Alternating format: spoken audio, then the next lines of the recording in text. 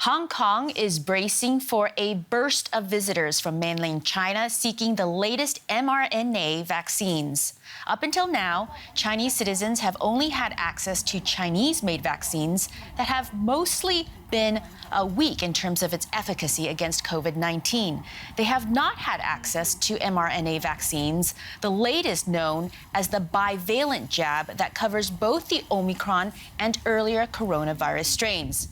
The only jurisdictions under China distributing mRNA vaccines have been Hong Kong and Macau.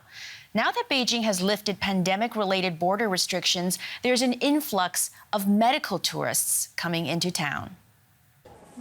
Mainland Chinese who have wanted to be immunized with mRNA COVID vaccines are now at long last allowed in Hong Kong.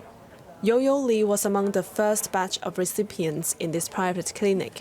It's also the first foreign vaccine she has had since the pandemic. There is no bivalent mRNA vaccine in mainland China. Foreign statistics showed that bivalent mRNA vaccines provide greater protection against infection and severe illness. It's also a birthday gift for myself today. But getting an mRNA jab was impossible until China reopened its borders, and in particular to Hong Kong. Mr. Pang made the trip from Shenzhen, a southern city neighboring Hong Kong, on the first day of the border reopening. The 64-year-old had already had 2 shots of China's domestic vaccine, Sinovac, but he hopes BioNTech's bivalent booster shot will protect him against the current outbreak. People at my age in China are worried about getting infected. I'm more confident in German and American medicine because it's developed with a different technology. Many of my friends who took inactivated Chinese vaccines were infected. COVID vaccines are free for Hong Kong residents, but travelers have to pay $240 to $360 to private medical groups for 1 mRNA COVID bivalent shot. Nevertheless, many mainland Chinese see a trip to Hong Kong as worthwhile, and Hong Kong's private clinics and hospitals expect a growing demand.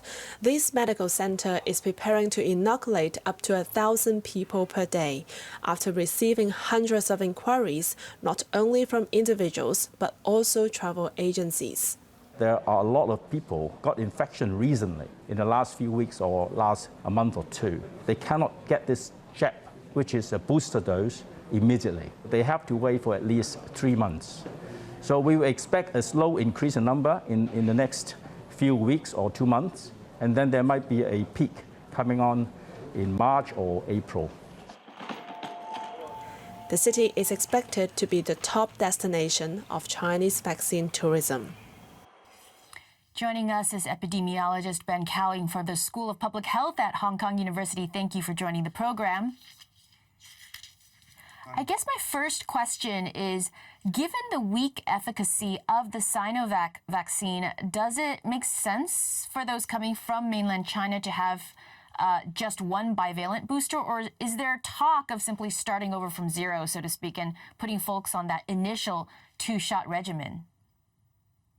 Well, if you remember earlier in the pandemic when the vaccine trial results were first coming out, Sinovac and Sinopharm, the 2 inactivated vaccines from China, had relatively lower efficacy compared to the mRNA vaccines, for example. But now with Omicron, the situation has actually changed. The inactivated vaccines are not very good at stopping infection, but neither is the Pfizer vaccine or the Moderna vaccine. All the vaccines available, including the inactivated vaccines, are very good at stopping severe disease. And that's the main concern for many people, is that they don't get severe COVID.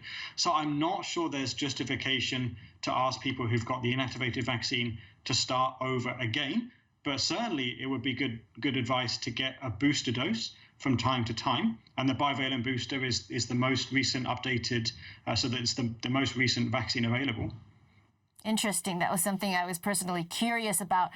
So how is the public health system holding up with the new influx of visitors? So in Hong Kong, you mean? Yes.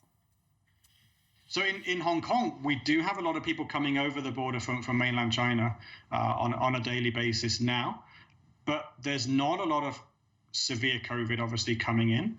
As for mild COVID, mostly that doesn't need to have medical attention. So there's no indication of any additional pressure on our healthcare system from the additional arrivals from the mainland. Now, we know in some areas of the mainland, hospitals are really under pressure with a lot of cases of severe COVID, but those tend to be older people, maybe more frail, maybe coming from an elderly home. Those are not the types of people that are taking the trip to come over the border to Hong Kong at the moment.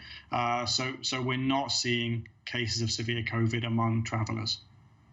Are the hospital systems in Hong Kong planning contingency, though, in terms of the possibility of more people showing up, especially because the information from mainland China is so limited in terms of how bad things can be in certain pockets of the country?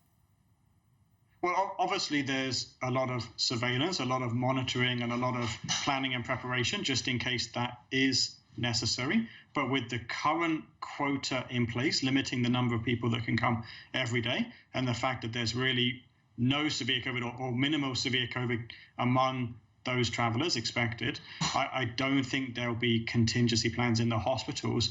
But domestically in Hong Kong, we do have pressure on our hospitals, not only from people with COVID, but from people with other respiratory infections. So we do need to think about doing better in terms of dealing with the winter surge, but that's not a specific issue relating to the travelers from mainland China. Great. And what's the latest on whether the mRNA vaccine is going to make its way into mainland China, and what the Chinese government has said about potential rollout on that front? No news on that front. They've had the opportunity or the option to start using the BioNTech vaccine, the Pfizer vaccine, in mainland China for quite some time, but they haven't chosen to do that. There's a mainland Chinese mRNA vaccine which is now being used in Indonesia, but I don't think that's being used in mainland China at the moment. So we'll have to see. I'm still waiting for more information on that particular vaccine that's being used in Indonesia.